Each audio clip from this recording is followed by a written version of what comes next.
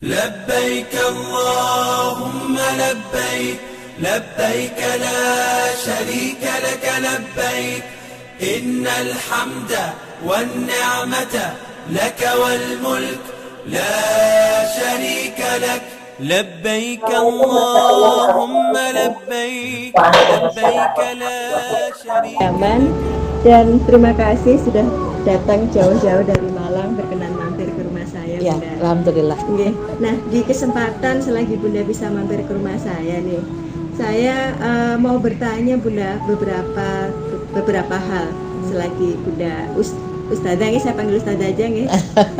Monggo. Selagi Ustazah bisa main ke sini. Nah, ini kan kita sudah memasuki bulan diberangkatkannya musim haji ya, Bu. Iya. Dimana kemarin itu sudah hampir 2 tahun kita karena pandemi, Pandemi, ya. pemerintah Indonesia dan banyak dari negara muslim lainnya tidak bisa memberangkatkan haji. Iya. Nah, karena ini pandeminya sudah mereda, sudah ganti endemi, akhirnya pemerintah Arab Saudi sudah mengizinkan kembali Ya. untuk menerima ibadah haji dari beberapa negara muslim lainnya. Nah, berkaitan dengan haji, Ustazah, kira-kira apa sih pengertian dari haji itu sendiri, Ustazah, dari sisi pengertian bahasanya maupun dari sisi syariatnya, sebetulnya haji itu apa? Ya. Terima kasih, saya sapa pemirsa terlebih Iya. dahulu. Assalamualaikum warahmatullahi wabarakatuh. Waalaikumsalam Alhamdulillah warahmatullahi bisa berkunjung ke rumah Ibu Ratna yang kaitannya dengan ya ngobrol sekitar masalah haji ya. Iya. Jadi haji itu hajja yahuju hajjan, artinya menuju ya, menuju Allah. Untuk itulah maka kalau kita melihat bahwa ibadah haji itu adalah al-qasdu, menyengaja ya untuk melakukan ibadah ke Baitullah dengan syarat dan rukun tertentu yang tentunya sudah ada aturan-aturan di dalam syariat yang diawali dari ihram dari miqat dan ditutup dengan tahallul gitu ya, tentunya dengan tujuan untuk mencari ridha Allah ya. Iya. Nah, tadi Ustazah sempat bilang bahwa secara pengertian bahwa ibadah haji itu menyengaja untuk mendatangi panggilan dari Allah. Ya. Nah, berbicara tentang panggilan Allah. Nah, panggilan Allah yang seperti apa sih, Ustazah? Haji ini kan sesuai dengan rukun Islam yang kelima, artinya bahwa untuk bisa melaksanakan ibadah haji itu tentu bukan hal yang mudah ya, karena Ya. diperlukan persiapan fisik, kemudian persiapan materi, persiapan mental. Ya. Nah, panggilan dalam arti ini tuh apakah karena memang hanya orang-orang tertentu saja yang Allah izinkan untuk datang ke sana, atau memang itu panggilan dari diri pribadi sebagai umat Islam itu? Ya, panggilan Allah itu kan ada dua gitu ya. Yang pertama adalah panggilan untuk beribadah, seperti salat, hayya 'alas shalah. Itu kan kita kalau sudah masuk waktu duhur sampai subuh yang 5 kali sehari itu kan ada panggilan. Sehingga kenapa? Karena as-shalah aqimus shalah li dzikri, dirikan salat untuk mengingat aku. Ada panggilan puasa di bulan Ramadan, ada panggilan zakat kalau sudah kita diberi oleh Allah amanah harta yang tentunya ada hitungannya 1 nisan. Nah, haji juga demikian, artinya panggilan yang datang dari Allah lewat Rasulnya yang telah ditunjukkan di dalam Al-Quran, di dalam surat Al-Hajj sampai di Al-Baqarah itu bagaimana bekal-bekal haji. Nah, dalam artian untuk memenuhi panggilan Allah itu maka tidak serta-merta kita menunggu, namun harus pasang niat dari awal bahwa kita mohon terus kepada Allah dengan ikhtiar, berusaha bagaimana untuk mencari bekal ya, karena bekal secara materi memang wa tazawwadu fa inna khairaz zadi taqwa, berbekalah sebaik-baik bekal adalah takwa. Artinya bahwa kita juga setelah ikhtiar kita terus berdoa bahwa kalau kita berusaha di dunia ini, karena dalam melaksanakan ibadah itu butuh biaya. Di Betul. jihad itu wajah itu bi amwalikum wa anfusikum, harta yang didahulukan dan jiwa. Nah, jadi untuk berjuang di jalan Allah itu butuh. Jadi untuk memenuhi panggilan Allah, panggilan Allah itu sudah lewat Rasul-Rasul sampai di Al-Quran, sampai ada surat khusus tentang surat Al-Hajj itu ya. Namun tidak semua sama dengan salat. Apakah orang yang mendengar adzan itu semua salat? Tentunya tidak kan. Nah, sehingga di sini al-qasdu, harus ada kesiapan dari diri kita untuk siap menghadiri panggilan Allah itu sendiri. Memang kalau kita kembali kepada sejarah ya, Rasulullah itu sudah sampai di Hudaybiyah, tapi Allah belum mengizinkan untuk melaksanakan ibadah haji. Untuk melaksanakan ibadah haji pada saat itu kemudian dicegah gitu ya. Akhirnya apa? Nah, itulah ada hal-hal yang Allah itu memang punya, ada ujian-ujian di dalam melaksanakan ibadah itu. Kemarin jamaah haji semua seluruh dunia 2 tahun kan? Ya tidak bisa melaksanakan ibadah haji besar maupun haji kecil, umroh gitu ya. Nah, itulah sejauh mana ketika Allah tidak berkenan, yaitu kita bisa mengendalikan diri. Artinya untuk bisa sabar. Maka Rasulullah itu ya kecewa, sudah sampai Hudaybiyah disuruh kembali coba. Padahal tinggal beberapa kilometer saja. Ini mungkin saya sudah nomor antrian ini tapi kok belum bisa. Yang tahun ini harusnya sudah berangkat tapi kan diambil 50% kan cuma. Enggak semua. Nah, bagaimana di sini juga ada ujian-ujian untuk memenuhi panggilan Allah itu sendiri. Sehingga pertemunya dengan kesungguhan niat kita untuk mendapatkan izin dari Allah ini yang harus kita minta setiap saat. Dalam arti walaupun kadang ikhtiar manusia sudah cukup, tapi kalau Allah belum meridhoi karena ada maksud-maksud tertentu di balik penundaan itu semua. Nah, itu memang kita harus bisa bersikap ikhlas dan lapang dada ya, Bu. Mungkin bekalnya menurut Allah masih kurang sehingga penundaan 2 tahun misalnya ya untuk ini ya dipakai untuk membekali diri dengan ilmu. Bu. Itu tadi berkaitan dengan panggilan Allah, Bu. Nah, dalam pelaksanaan ibadah haji, Ustazah, dalam pelaksanaan ibadah haji itu kan dimulai dari kita menggunakan pakaian ihram, kemudian kita melakukan miqat, kemudian sampai diakhiri dengan tahallul. Nah, kira-kira dari rincian pelaksanaan ibadah haji itu mulai dari ihram, miqat, kemudian tawaf, sa'i, mabit di Mina, kemudian kita melempar jumrah sampai tahallul itu, apa ada makna dari masing-masing ibadah yang kita lakukan itu, Ustaz? Kita awali dari hakikat ya. Untuk bisa memahamkan pada makna kandungan dari ini, karena Allah merumuskan tujuan ibadah haji itu pada surat Al-Hajj ayat 28. Untuk apa melaksanakan ibadah haji? Kalau sholat, aqimis sholat lidzikri, dirikan sholat untuk mengingat aku. Kalau zakat, tutahhiruhum wa tuzakkihim, untuk membersihkan sifat, untuk mensucikan jiwa kita. Puasa la'allakum tattaqun. Kemudian haji liyasyhadu manafi'a lahum wa yadhkuru smallahi fi ayyamin ma'lumat, untuk mempersaksikan berbagai manfaat dan untuk mengingat Allah pada hari-hari yang ditentukan, ya mulai tanggal 8 sudah berangkat ke Mina sampai ada yang nafar awal, nafar sani gitu, sampai tahallul itu ya untuk mengingat bahwa di situ ada aturan-aturan Allah.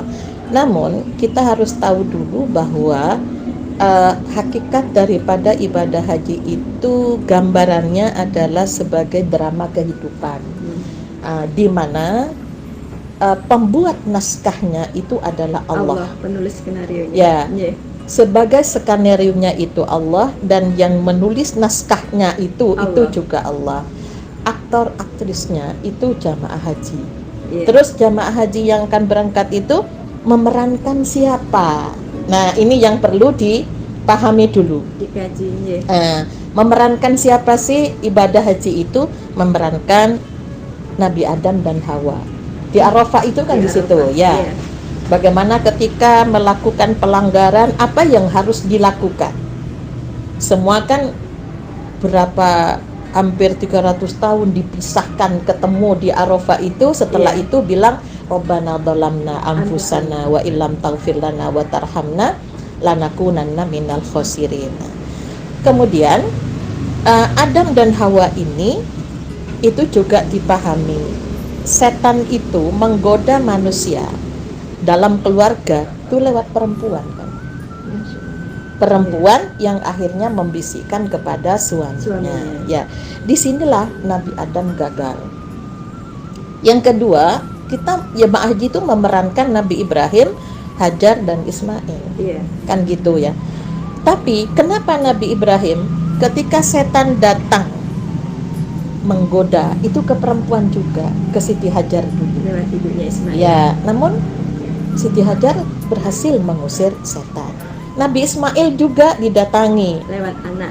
lewat anak. Jadi silakan wahai abah, kan sampai begitu. Kalau itu perintah Allah saja siap untuk disembelih kan ya. Kalau anak sekarang kan. Kemudian terakhir Nabi Ibrahim sampai ula wusto akobah itu baru yakin betul itu godaan seperti itu. Jadi dari dua keluarga ini dulu, Nabi Adam dan Nabi Hawa ternyata terpengaruh oleh godaan setan. Lewat Ya. Hawanya. Namun Nabi Ibrahim kok berhasil? Tiga-tiganya berhasil di keluarga Nabi Ibrahim Ya, ya, Bun? berhasil itu. Ada apa? Ini yang harus diturut. Tapi maaf, Nabi Adam itu kegoda itu sebelum diangkat jadi rasul, karena akan jadi model, akan dicontoh. Kalau manusia itu sudah melakukan kegoda setan, inilah yang harus dilakukan. Nah, introspeksi diri berada di Arafah itu. Kemudian, maka yang ketiga memerankan Rasulullah bersama istrinya. Ketika haji kan istri-istri Rasulullah dibawa semuanya. Iya. Nah, inilah yang dicontoh oleh Nabi Muhammad itu adalah dari keluarga Nabiullah Ibrahim. Maka kenapa bacaan salat kok kama shallaita ala Ibrahim? Jadi dalam kehidupan, walaupun ada beberapa contoh bagaimana kita dalam penegakan keimanan itu mencontoh Nabiullah Ibrahim alaihissalam. Jadi ibadah haji itu simbol daripada drama kehidupan. Mulai dari Iya. Nabi Adam dan Hawa, kemudian Nabi Ibrahim, Ibrahim Ismail sama dan Nabi Hajar, Ismail ya, kemudian terus Rasulullah sendiri beserta Masya Ismail. Allah. Hanya pertanyaannya untuk perempuan ya, sanggupkah kita menjadi Hajar, sanggupkah menjadi Hawa Aisyah, dan menjadi Aisyah? Hafsah ya. Jadi yang di situ Hawa ketika salah kemudian mau calling down untuk mengakui kesalahannya di hadapan Allah. Ini sebenarnya yang harus dicontoh ya. Kemudian kalau kandungan makna ya, nilai-nilai yang ada pada ibadah haji mulai ihram. Tadi kan haji itu ibadah panggilan Allah. Iya. Panggilan yang pertama adalah ibadah. Panggilan yang kedua adalah mati. Namanya mati nggak bisa nanti dulu, besok lusa, ya Allah saya masih itu pasti akan tiba. Maka kalau sudah tiba saatnya beribadah jangan ditunda, karena kematian itu nggak bisa ditunda. Sebenarnya mengajarkan ke sana. Maka ketika mulai ihram itu pakaiannya kan simbol dari pakaiannya orang mati. Iya. Jadi bagaimana membekali diri bahwa kematian itu akan pasti.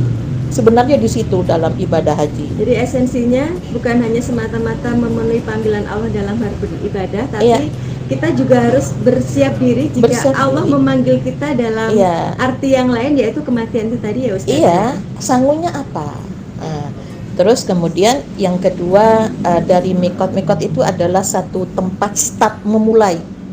Start memulai, Allah mengharamkan ini yang halal jadi haram, kita tunduk enggak pada Allah. Itu kan dengan berpakaian ihram itu bukan hanya masalah pakaiannya yang putih yang lus itu, tapi ada makna untuk meninggalkan semua simbol-simbol duniawi. Itu kan di situ. Yang kedua, nanti haji itu kan tawaf ya. Tawaf kan ya, diawali masuk ini kan tawaf. Setelah kegiatan itu, tawaf itu adalah putaran aktivitas. Ibadah tawaf itu sudah ada sejak Nabiullah Adam alaihissalam. Ya, jadi sudah di situ gitu ya. Nah, makanya tidak hanya memerankan Nabiullah Ibrahim, tapi ada sejarahnya Nabi Adam. Tawaf itu putaran aktivitas manusia, harusnya semakin lama semakin dekat dengan Tuhannya. Jadi kalau matahari, bulan, semua alam itu 100% tawafnya. Jadi matahari kapan terbit, kapan bulan itu purnama, tidak pernah keliru. Tidak pernah keliru. Namun manusia selalu membuat kekeliruan sehingga seringkali tergelincir dari putaran-putaran itu gitu ya. Kemudian setelah tawaf, di situ ada makam Ibrahim. Itu prestasi Nabiullah Ibrahim alaihissalam di dalam menghancurkan segala penghalang. Berhala itu kan penghalang. Ya, kemudian dia prestasinya adalah tauhid itu, keyakinan yang dibangun. Terus sa'i, usaha siapa? Siti Hajar mencari air. Dimulai dari mana? Nah, itu kan Safa Marwah, dunia akhirat. Ya, jadi kalau mau akhiratnya seteguk air, artinya orang dahaga kalau sudah ngelak itu kan minum gitu ya, kan seger lagi. Nah, jadi kalau mau mendapatkan Marwah, maka diawali dari Safa dulu, suci. Jadi simbol daripada apapun untuk dunia akhirat, niatnya harus benar, maka akan mendapatkan kebahagiaan gitu. Untuk dalam sekali, niat berumah tangga itu untuk apa, menuntut ilmu itu untuk apa. Banyak orang yang niatnya salah. Saya sekolah untuk dapat pekerjaan, saya menikah untuk dapat keturunan, terus Allah nggak ngasih keturunan, akhirnya menjadi problem. Itu banyak. Karena apa? Terus sa'i itu juga di setelah sa'i ya, Arafah itu kan Ukuf itu wakaf, berhenti. Kenali manusia, berhenti kamu di sini, jangan ulang lagi kesalahan-kesalahan itu. Introspeksi ya Ustaz. Iya. Terus melempar jumroh, Aqabah Mina. Mina itu apa? Cita-cita hidup manusia, bebas dari gangguan setan. Setan yang mulai menggoda Nabi Adam, menggoda Nabiullah Ibrahim alaihissalam, Rasulullah. Itu juga, maka terus Allah menurunkan beberapa macam ibadah. Jadi diawali dari ihram dari mikot, kemudian ditutup dengan tahallul. Ya, tahallul itu kan halal, mencukur rambut. Bayi lahir dicukur rambutnya hari ke-7 kan.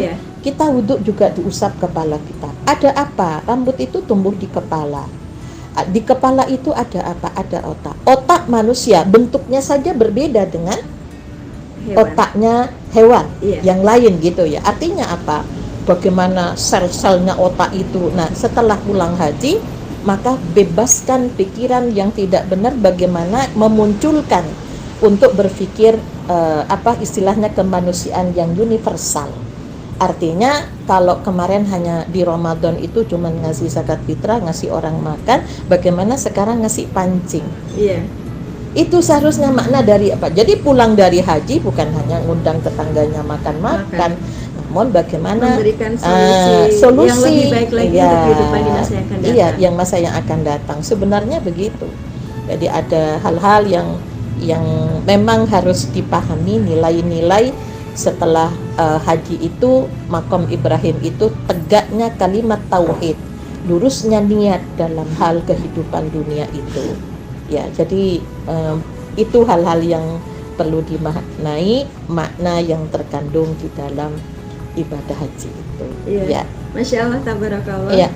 Terima kasih banyak Ustazah. Ini dari 2 pertanyaan saja penjabarannya luar biasa, karena ternyata ibadah haji itu pemaknaannya cukup dalam ya. Hampir menyangkut dari awal kehidupan manusia sampai akhir, bagaimana kita harus bersikap sebagai seorang muslim yang benar, bagaimana kita mencontoh dari sejarah-sejarah para nabi dan rasul kita, pendahulu kita itu dijadikan tauladan dari ritual haji, mulai dari berikhram tadi sampai bertahallul. Masya Allah, terima kasih sekali lagi Ustazah Rukmini Anmar, dan semoga kita diberikan Allah kesempatan untuk bisa saya bertanya lagi Ustazah, karena ibadah haji ini masih panjang ceritanya, bagaimana nanti sebagai seorang muslimah itu harus berhaji, tentu syarat-syaratnya atau perlakuannya berbeda dengan seorang laki-laki. Nah, Iya. itu nanti akan saya tanyakan di kesempatan berikutnya. Iya, insyaallah. Nggih, sekali lagi terima kasih sudah rawuh. Nggih, Insyaallah. Assalamualaikum warahmatullahi Terima kasih wabarakatuh. banyak. Ya, Nggih. Waalaikumsalam warahmatullahi wabarakatuh.